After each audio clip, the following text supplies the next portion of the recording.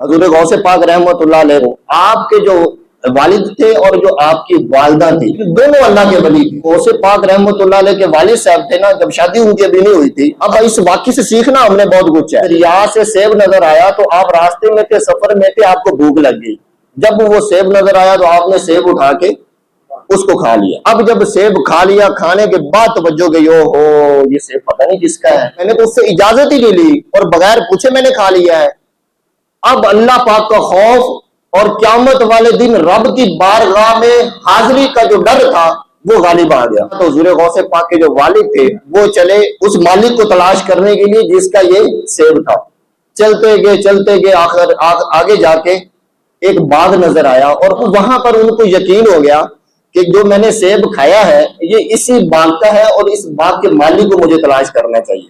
अब आप वहां ठहरे, जाकर बाग के मालिक को मिले, कहा कि मैं इस तरह सफर कर रहा था, अब मैं सिर्फ आपसे ये मुआफ करवाने के लिए आया हूं। अब बाग के मालिक ने कहा मैं ऐसे तो जरूर माफ नहीं करूंगा, आपको मेरी नौकरी करनी पड़ेगी। कहा जी ठीक है, मैं नौकरी करने के लिए तैयार हूं, लेकिन मुझे सेब का फिर आप माफ कर देंगे ना? तो मालिक कहने लगे जी मैं माफ कर दूंगा, पहले आप मेरी नौकरी करें। आप वहां ड्यूटी करते रहे, काम काज करते रहे, सिर्फ एक सेब माफ करवाने के। आखिर में कहा कि अभी भी मैं माफ नहीं करूंगा, मेरी एक शर्त है वो पूरी कर दो फिर मैं माफ करूंगा। कहा जी आप हुक्म करें, मैं आपकी वो शर्त भी मानने के लिए तैयार हूं, सिर्फ जो मैंने सेब खाया ना बगैर इजाजत के ये मुझे आप माफ कर दें। और अब उस मालिक ने कहा कि मेरी एक बेटी है, वो आंखों से नबीना है, मुंह से गूंगी है, हाथों से वो लूली है और पांव से वो लंगड़ी है, कानों से वो बहरी है। आप उस मेरी बेटी के साथ शादी करोगे तो मैं आपको सेब माफ करूंगा, वरना मैं सेब माफ नहीं करूंगा। अब गौसे पाक रहमतुल्लाह अलैह के जो वालिद थे उन्होंने कहा जी ठीक है, मैं इस शर्त को भी मानने को तैयार। आज अगर कोई बंदा ये कह दे कि मैं ऐसी बेटी पेश करता हूं, उनको तैयार होगा? नहीं तैयार होगा। लेकिन उन्होंने सेब माफ करवाना था और अल्लाह पाक की बारगाह में क़यामत वाले दिन खड़े होने का खौफ उन पर गालिब आ चुका था। उन्होंने कहा जी मुझे ये भी शर्त कबूल है। उनका निकाह हो गया, शादी हो गई, बीवी के पास पहुंचे।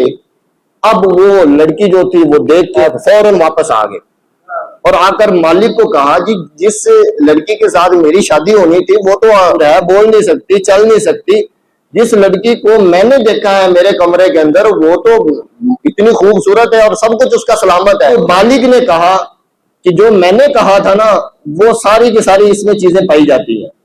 आज तक इस औरत ने, मेरी बेटी ने किसी गैर महरम मर्द की तरफ अपनी निगाह नहीं डाली, कि कभी हाथों से अल्लाह पाक की नाफरमानी वाला काम नहीं किया, कि कभी अल्लाह पाक की नाफरमानी की तरफ कदम नहीं बढ़ाया, और कभी उसने किसी की गीबत नहीं सुनी, किसी की चुगली नहीं सुनी, और कभी तक उसने झूठ नहीं बोला, रब की नाफरमानी नहीं की, किसी औरत की गीबत नहीं की, किसी की चुगली नहीं की। इस एतबार से वो गूंगी है। अब जब ये सुना तो वो अब गौसे पाक के वालिद बड़े परेशान हुए। उसने कहा जी अगर वाकईतन ऐसी आपकी मुराद थी तो ठीक है, मुझे कबूल है। अब जब ये मियां बीवी आपस में रहे और साल बाद जिस बच्चे की विलादत होती है उसको गौसे पाक कहा जाता है।